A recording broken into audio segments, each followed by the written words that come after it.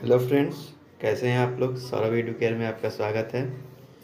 आज का हमारा टॉपिक है जीरो बजट नेचुरल फार्मिंग। इसका डिफिनीशन इसके वर्ड में ही है, जीरो बजट नेचुरल फार्मिंग मतलब शून्य लागत में प्राकृतिक खेती।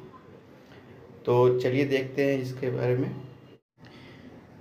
Zero budget natural farming chemical free agriculture method है।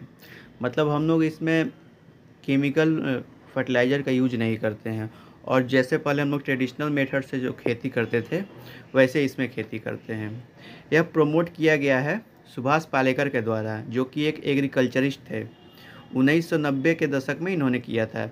इन्होंने ग्रीन रेवोल्यूशन के जो अल्टरनेटिव है उसके बदले में इसको स्टार्ट किया था। मतलब ग्रीन रेवोल्यूशन में हम लोग फर्टिलाइज़र का यूज करते हैं, केमिकल फर्टिलाइज़र का यूज करते हैं, पेस्टिसाइड का यूज करते हैं, और इंटेंसिव इरिगेशन मतलब ज़्यादा इसमें पानी का उपयोग करते हैं। इस वजह से उसके अल्टरनेटिव में जीरो बजट नेचुरल फार्मिंग को इन्होंने प्रमोट किया था। आप लोग कमेंट करके बताइए कि ग्रीन रेवोल्यूशन के फादर कौन थे। यह एक यूनिक मॉडल है जो कि एग्रो इकोलॉजी पर रिलाई करता है। इसका एम है कॉस्ट ऑफ प्रोडक्शन जीरो करना, मतलब जो लागत है ये जीरो करना, और हम लोग उस एरा में पहुंचाना जो कि ग्रीन रेवोल्यूशन से पहले का था। जैसे हम लोग उस समय जो खेती करते थे उस एरा में पहुंचाना इसका एम है। जीरो बजट नेचुरल फार्मिंग यह क्लेम करता है कि एक्सपेंसिव इनपुट जो है, जो कि फर्टिलाइज़र, पेस्टिसाइड और जो हम लोग इरिगेशन में जो खर्च करते हैं, इसकी कोई ज़रूरत नहीं है।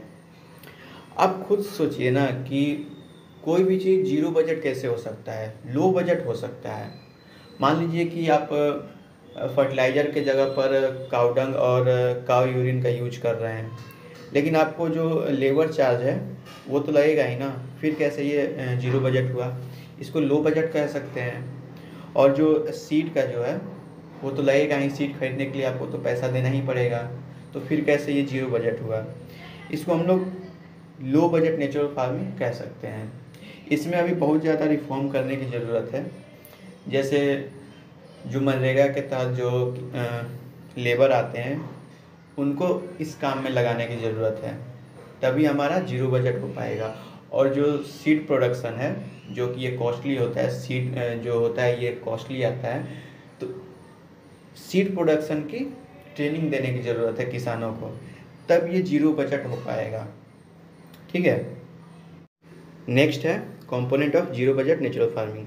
इसमें जीवामृता आता है, बीजामृता आता है, आच्छादना आता है जिसको हम लोग मल्चिंग बोलते हैं, फिर वापसा आता है। जीवामृता में हम लोग देसी गाय का फ्रेश काउडंग लेते हैं और एज्ड गाय का मतलब वृद्ध गाय का यूरिन लेते हैं।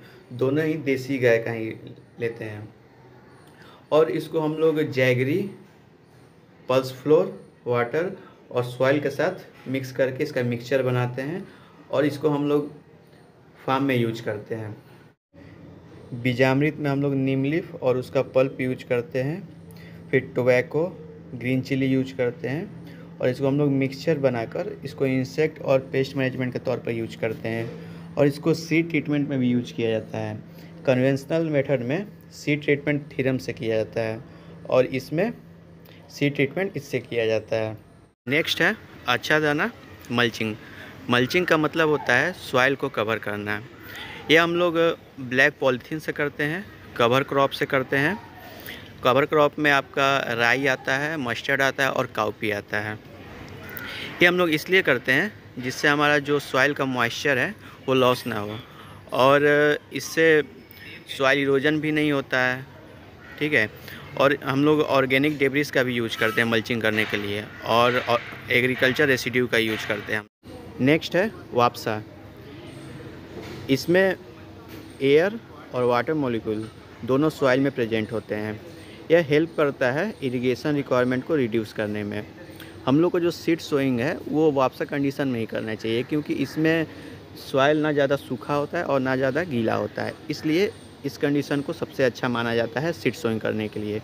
जैसा कि आप लोगों को पता है, जो सॉइल कंपोजिशन होता है वो 4 चीज़ों से मिलकर बनता है। फर्स्ट है मिनरल मैटर जो कि 45% होता है, सेकेंड है वाटर जो कि 25% होता है, थर्ड है एयर जो कि 25% होता है, और फोर्थ है ऑर्गेनिक मैटर जो कि 5% होता है। ठीक है, नेक्स्ट है benefit of zero budget natural farming. इसमें जो छोटे किसान हैं उनका जो डेप्थ साइकिल है उसको ये ब्रेक करेगा। मतलब जो किसान होते हैं वो कन्वेंशनल फार्मिंग करने के लिए वो लोन लेते हैं, और जब वो लोन नहीं चुका पाते हैं क्रॉप फेल हो जाने के बाद, तो वो कर्ज में डूब जाते हैं। तो इस वजह से ये जो सिस्टम है ये उनके जो डेप्थ साइकिल है उसको ये ब्रेक करेगा, और इनका जो इनकम है इसको डबल भी करेगा। फिर है जहाँ पर केमिकल इंटेंसिव फार्मिंग सॉइल और इन्वायरमेंट को डिग्रेडेट किया है, मतलब पोल्यूट किया है, वहीं पर ये जो जीरो बजट है यह इको फ्रेंडली है, और ये किसी तरह से इन्वायरमेंट को और सॉइल को पोल्यूट नहीं करता है, और ह्यूमन और एनिमल पर इसका इफ़ेक्ट नहीं पड़ता है। यह soil aeration, minimal watering, intercropping, bund and top soil mulching को प्रमोट भी करता है, और डिस्करेज करता है इंटेंसिव इरिगेशन और डीप प्लॉगिंग को। मतलब इंटेंसिव इरिगेशन और डीप प्लॉगिंग को प्रमोट नहीं करता है, और ये हर क्लाइमेटिक एग्रो क्लाइमेटिक जोन में सूट करता है, और हर क्रॉप में ये सूट करता है। ठीक है, नेक्स्ट है issue related to zero budget natural farming. मतलब इसको करने में क्या क्या समस्याएं आती हैं।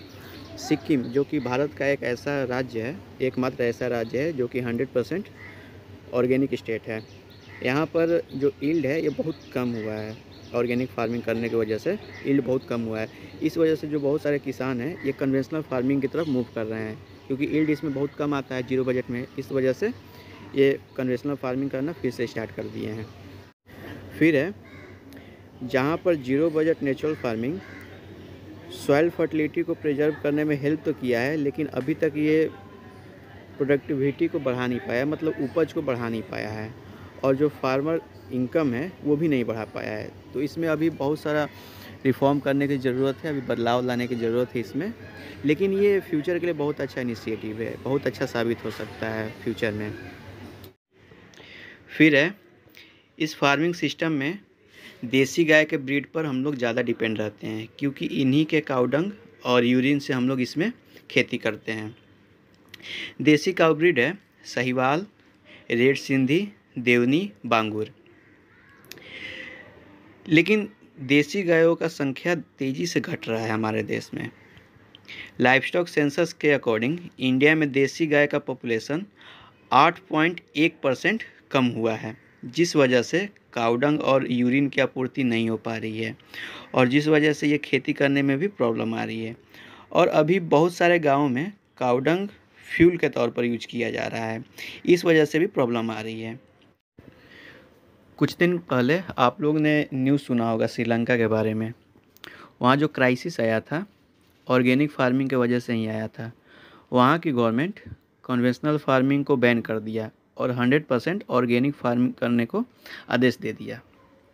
ठीक है, जिस वजह से वहाँ पर जो प्रोडक्टिविटी है वो घट गई, और वहाँ पर उनके इकोनॉमी पर बहुत ज़्यादा असर पड़ा।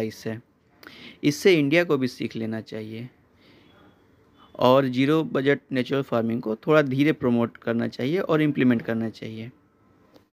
तो फ्रेंड्स, वीडियो देखने के लिए बहुत बहुत धन्यवाद। आज के लिए इतना ही। मिलते हैं अगले वीडियो में किसी नए टॉपिक के साथ। तब तक स्वस्थ रहें, सुरक्षित रहें, बड़ों का सम्मान करें, छोटे को प्यार दें, औरतों की इज्जत करें और खाना बर्बाद ना करें। जय जवान, जय किसान, जय हिंद।